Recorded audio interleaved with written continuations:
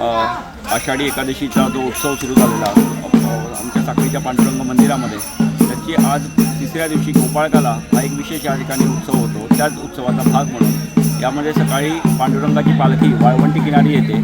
त्यानंतर वाळवंटी किनारी येऊन तिथं अभिषेक झाल्यानंतर पुन्हा ती पांडुरंग मंदिरामध्ये जाते।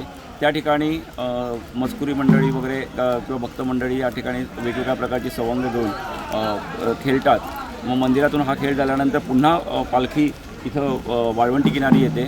या ठिकाणी आता दुपारपर्यंत थांबलेली आहे आणि या ठिकाणी या विठ्ठलापूर किंवा साखळी भागातील परिसरातील सगळे भाविक मंडळी एकत्र येऊन चिखलातील विविध प्रकारचे पूर्वीचे पारंपरिक खेळ या ठिकाणी खेळतात, वेगवेगळ्या प्रकारची सवंग खेळतात आणि एकंदरीत सगळेजण सगळ्या स्तरातील मंडळी एकत्र येऊन या खेळ उत्सव झाल्यानंतर म्हणजे अशी भावना आहे की साक्षात पांडुरंग रुक्मिणी सत्यभामा सहित येऊन ह्या लोकांमध्ये खेळतो आणि त्यामुळे पांडुरंगाची मग पालखी पुन्हा वाळवंटीमध्ये घेऊन झाली जाते।